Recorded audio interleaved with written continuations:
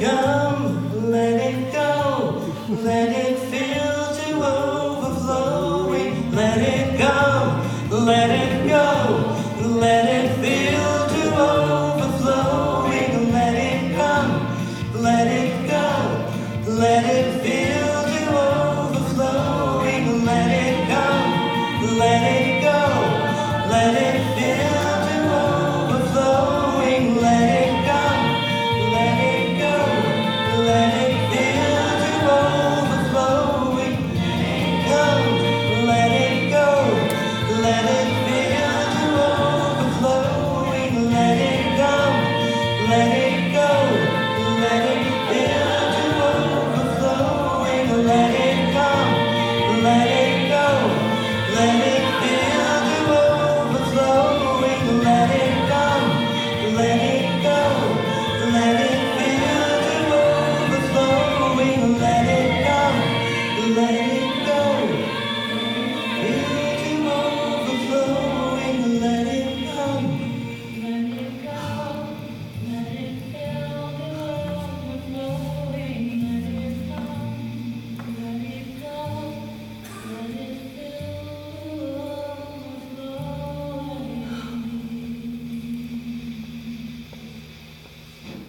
Yeah, just let it go. I like that. It's one of the peppier chants I know.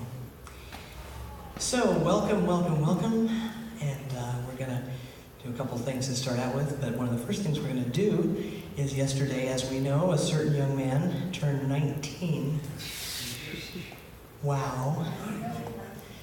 Those of us who have known him since he was about like yay high, that as tall as this stool. Does time go by or what? So we're going to sing to you. Here we go. Because that's what we do. At least get you to blush once. Happy birthday to you. Happy birthday to you. Happy birthday, dear Greg. Happy birthday to you. Still can't drink though. 2 more years. Vegas run in 2 years, so we all Yes, he's got his Vegas trip planned for 2 years from yesterday. Yes. So. Oh, any announcements? Anything? Lynn is at a Mozart concert at Soka University. Mozart is a wonderful thing. Sandra, I dropped off at Chapman for an event about Mary Magdalene. And she really wanted to go to that, so I dropped her off there around noon, and it's all afternoon. So she's doing that, and I'm trying to think. Yes, Joe? Placido Domingo is going to appear at Chapman also. Placido Domingo? Really? Well, there's a lot going on there. There were crowds there. So sad. Really? Because that's why one of the reasons I told her not even to try parking. I just knew it was going to be a big old mess. So, and of course, we have had the observance of Veterans Day. We had Joe's reading last week, but we didn't have a chance to do our traditional Heartlight observance, which is our Armed Forces theme songs. And again, anyone that you know, well, either yourself or anyone you know who is a veteran and you wish to stand during their specific anthem, please feel free to do so. And so let's begin. United States Coast Guard.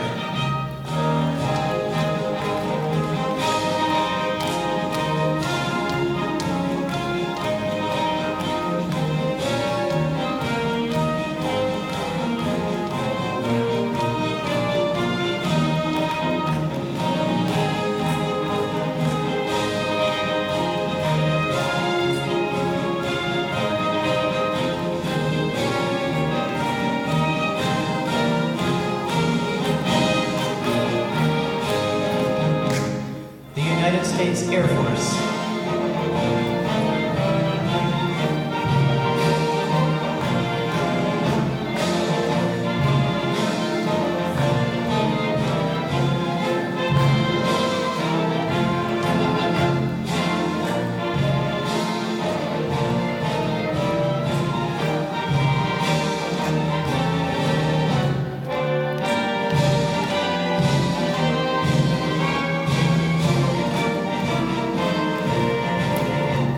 United States Army.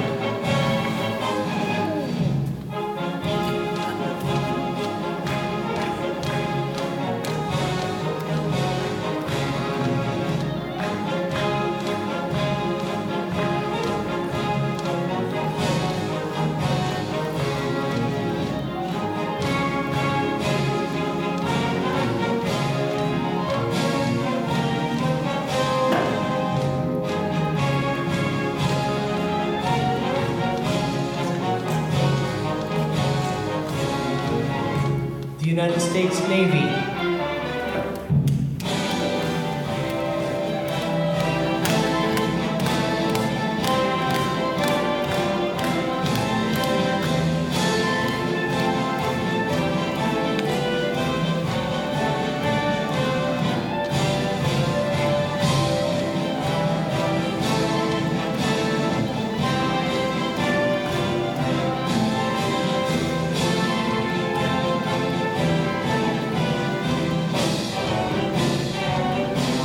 Now, if you would like to stand for Ralph, the United States Marines.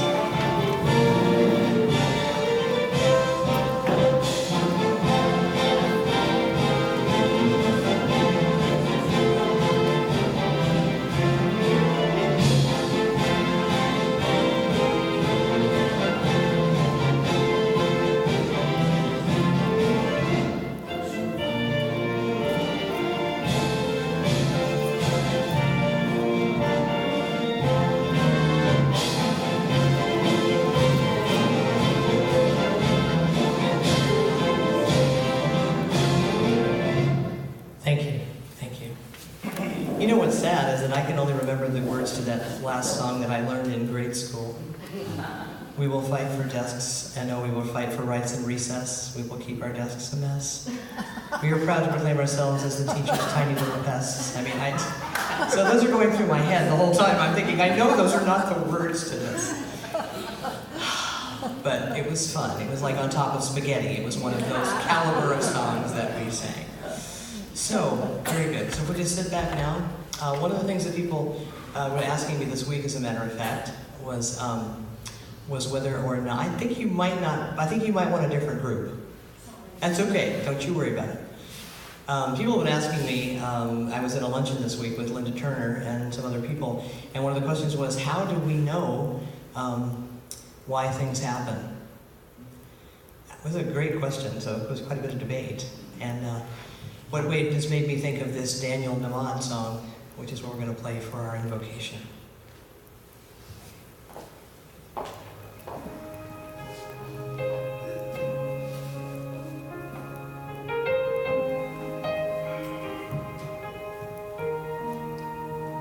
When things go wrong, it's natural to wonder what celestial rule did I break? When things go right, it's logical to ponder what credit can I take? But the truth is so much easier. I don't need a master plan. I can live here in the moment, 'cause my life is in your hands.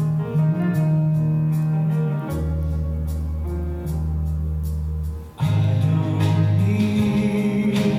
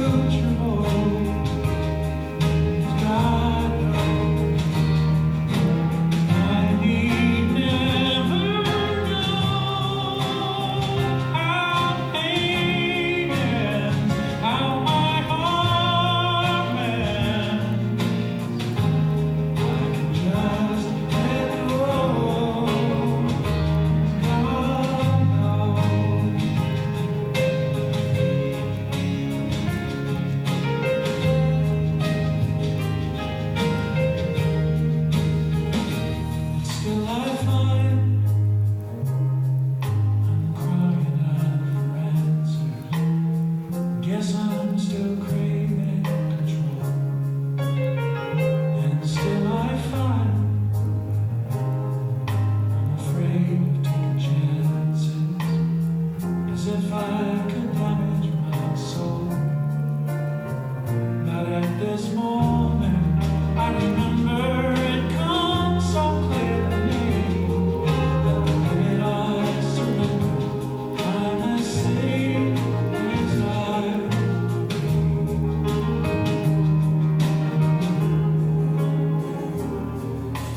I don't need to know where the time goes. God knows. I don't need to know what the future holds. God knows. I need never know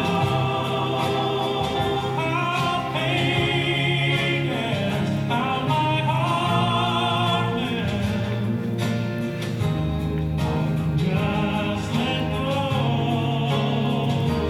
God knows.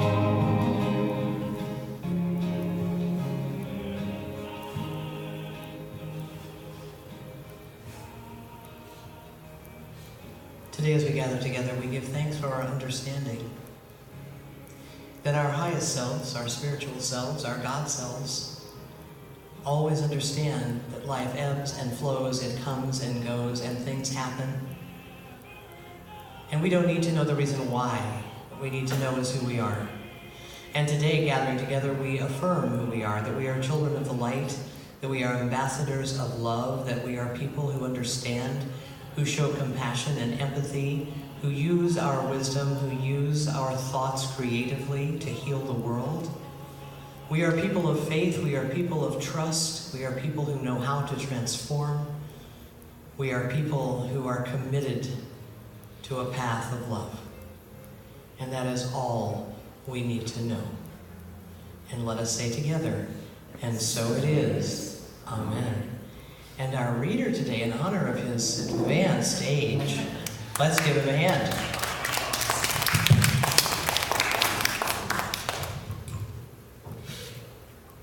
He looks a little older. He does. Good afternoon. Of course, Lynn isn't here to see me read this. This is adapted from the Science of Mind textbook by Ernest Holmes. On our spiritual path, we know that there is one infinite mind, which is consciously guiding our destiny. This is why we can declare every day, no matter what is happening around us, that no mistakes have been made, none are being made, and none can be made. We know there is one supreme intelligence which helps us know what to do, when to act, and how to act, as long as we listen to the voice inside us. Sometimes we might say, I've made a lot of mistakes in my life. Everyone has had this feeling at some time in life, and sometimes it seems like some choices were mistakes. But we don't have to believe that mistakes are inevitable. Then we'll just keep waiting for them to happen and keep repeating them. Besides, in the big scheme of things, we know that spirit doesn't make mistakes. So the more we act like spiritual beings we act like the spiritual beings we are, the easier it is to make good and loving choices. We must always trust our highest and best selves. We must trust that God, by any name, is life unfolding in a million different ways, no matter who we are or where we are. If we truly believe that we are here to enjoy our lives, and to revel in the adventure of being human, we can easily say to ourselves, everything necessary to the unlimited expression of joy is mine right now. Everywhere I look, I see love, because everywhere I look, God is looking back at me.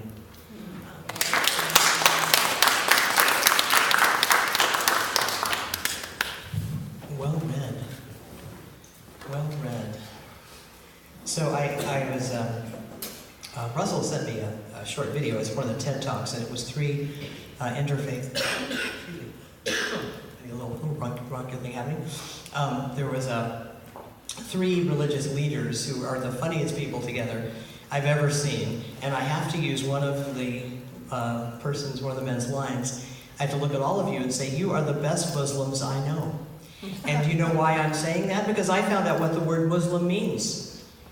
One who has detached from the control of the ego mind. That's what the word means. Did you know that? So let's keep that in our hearts, okay? One who is no longer attached to the ego mind. So many things we don't know about other spiritual paths. I've learned a lot this past 3 Mondays with Rabbi Heidi. Going to her Taste of Judaism class has been fascinating. And I've had to debate with her and ask her questions, and she's amazingly knowledgeable. And as I said, the fact that she could only get to be a rabbi by learning the history of 3,000 years and in another language, so I highly admire her. So her Hebrew is apparently flawless. So here we are today in part 2 of our series, Mission Possible. And this is Mirror, Mirror on the Wall. Now, how many of you heard that line? How many of you think you heard it in Snow White? You'd all be wrong.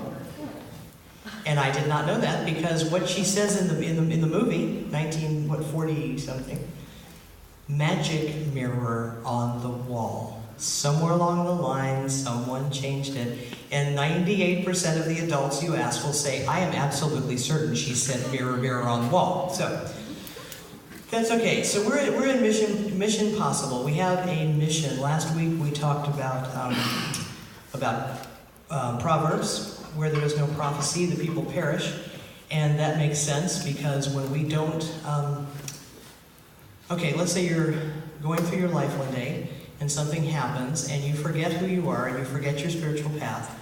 Is it likely that you might do, say, or think something that is not helpful? Yes. How many of you know that when something happens, stressful, dropping your key down the side of the car?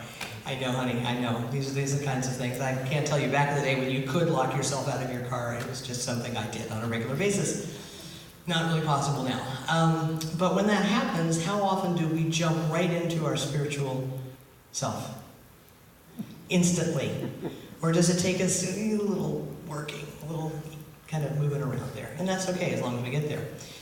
But we have to pay attention to our thoughts and beliefs. We have to listen to our better angels, or we will create things we don't care for. And we will create stress.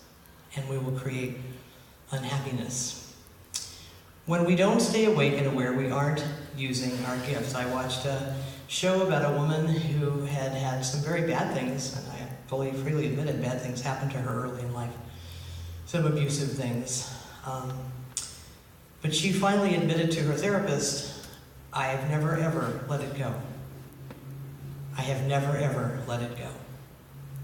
And she was, I think, 70. And so she had been her victim self since the age of 7. And her life had suffered dramatically, as had her own children. So it's good to remember that when we don't let go of things, they poison us from the inside out. So when we have this mission, how many of you know that you have a mission? Doesn't matter what it is, you don't have to state it, but you know you got one, a mission.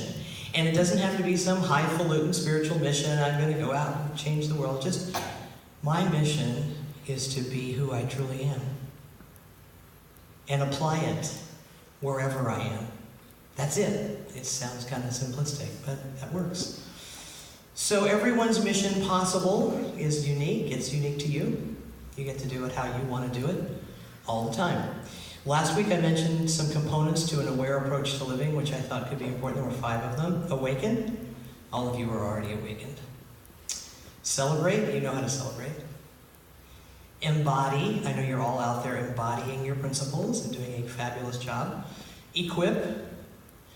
Equip is the reading, the studying, the meditating, the coming to service, whatever it is you do that helps you to know what to say, when to say it. And the last one's the biggie. Serve.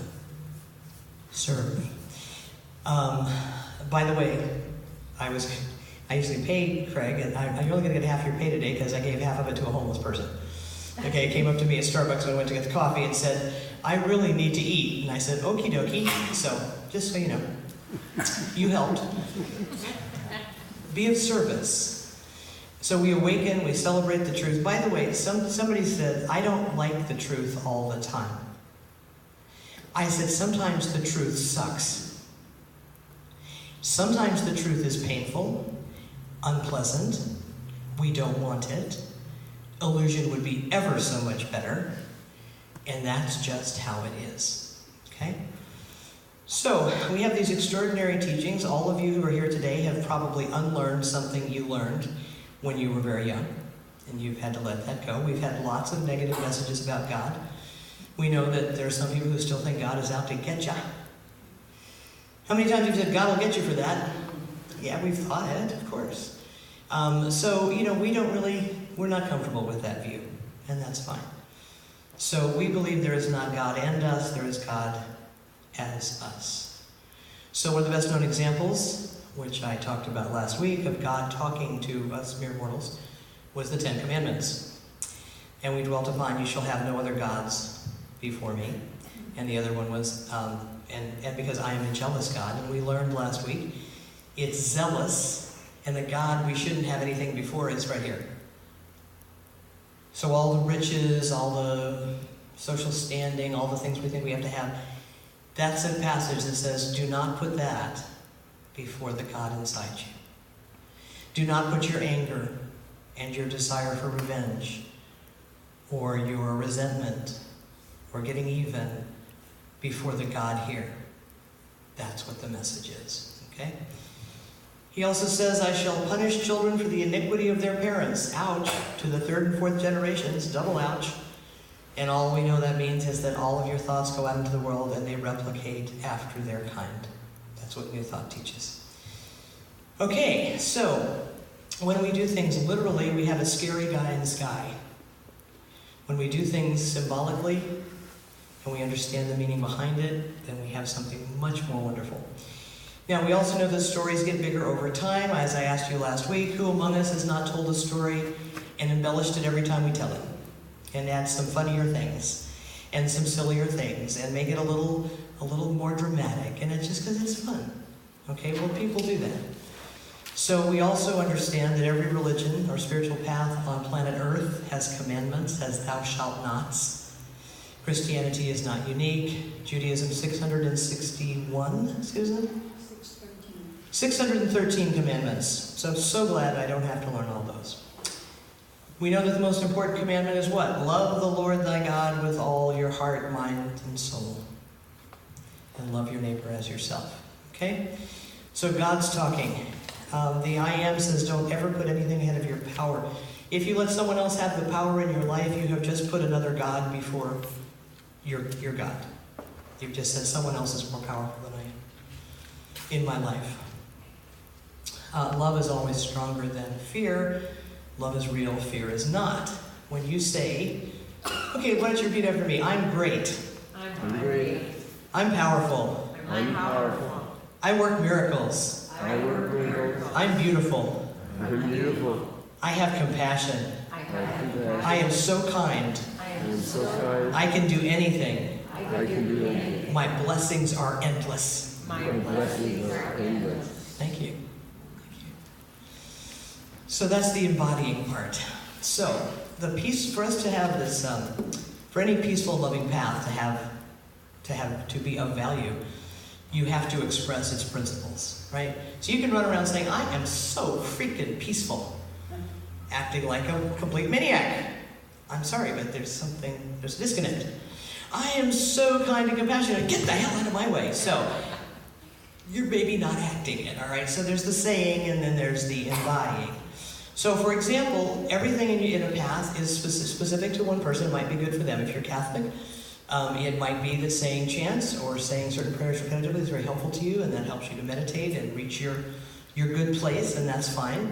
But that doesn't work for us. And if you go home and you say your Hail Marys and your Our Fathers, and you do your penance, and you turn right around and do the same thing, it was meaningless. It was meaningless. So, if these beliefs are not woven into your daily life, they are of no use. So we are called to live from our principles, right? So when we go out in the world, have you ever been embarrassed because you realize you acted pretty non-spiritual for like a few minutes? And you kind of go, boy, if there was just a rewind like on DirecTV, just roll it back. But that's okay. We just have to assess our thoughts as they come and work with them. So, going back to what I said a few moments ago, embodying unconditional love begins with whom. Whom shall you be loving? Yes. And I don't mean you need to schedule more spa time, although that's okay too. Taking care of your body is crucial, making sure that it's a happy body. But in this instance, I'm talking about the deeply spiritual aspects of self-love. So what does that look like to embody unconditional love? Well, first of all, how many of you think that you're limited in some way? Some way. Something, right? And you could think, I'm not in this, and then you'll stumble across something. Yeah, but I'm not. I just sent somebody, I don't know how many people I got it to, this article about there's no such thing as old age. Great article. So we have to stop considering this whole old age thing. All the studies now are showing us that a lot of us are going to live to be 100. Hello? We got 30, 40, 50 years going, so let's not cash it in, okay? Let's not give it up. Let's say, what can I do? So let's release the limitation. So what if every time you look in the mirror, do you all look in the mirror? At least once in a while? Do you see love looking back? Come on, be honest. What's your first thought? Working on it. Is it like, oh, look at that wrinkle? Didn't have that. You know, the man I gave the money to, by the way, he said, boy, you must be somebody's really great grandma. And I hoped he meant great, as in very nice, grandma. I wasn't sure.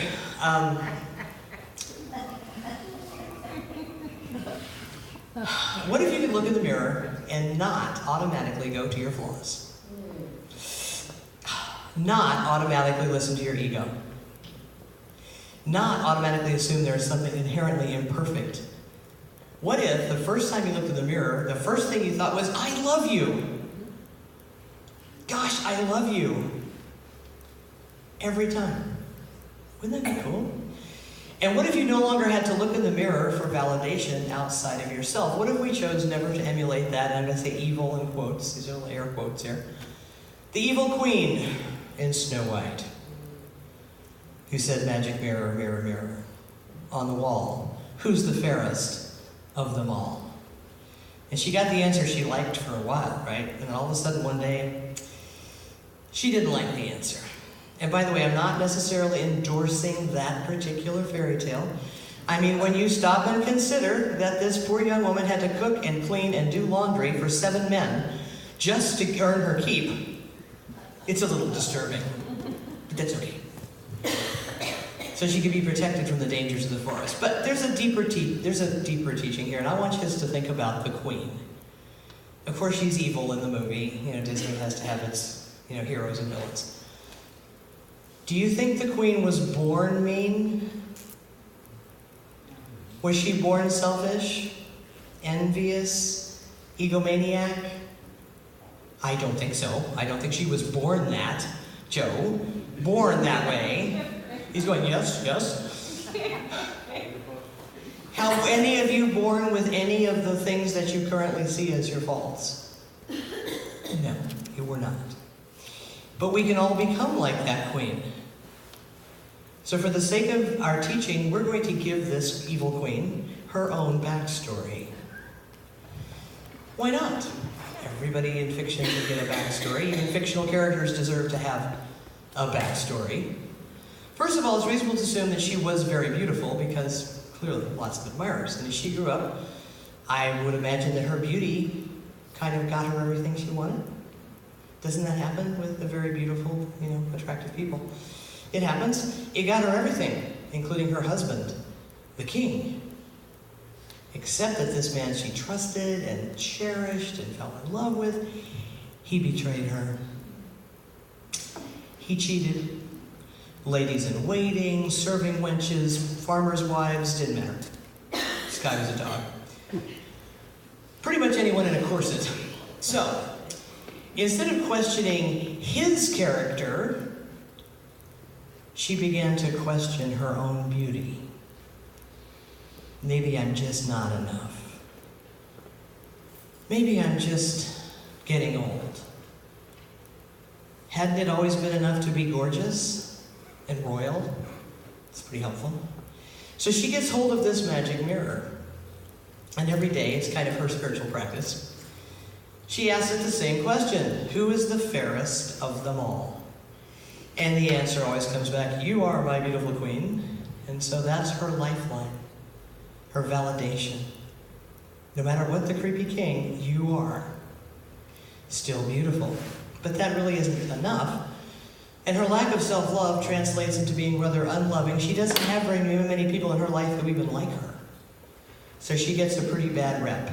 She's mean, selfish, egotistical, basically the Ice Queen, which is a different fairy tale entirely. Then one day the mirror's answer is different. Newsflash, this just in, there is another, more fair, and thus in her mind more powerful, more attractive, more desirable, more important, and ouch. So what does the queen do? Well, she acts not from love, but from the pain of her own origin story, the pain of rejection, the myth of limitation, her shame, her ego mind's determination to compare itself to the whole world. Did she tune into her better angels? No, she did not. She takes out a hit. It's interesting that in a bunch of our civilization's literature, we have a wealth of superheroes and super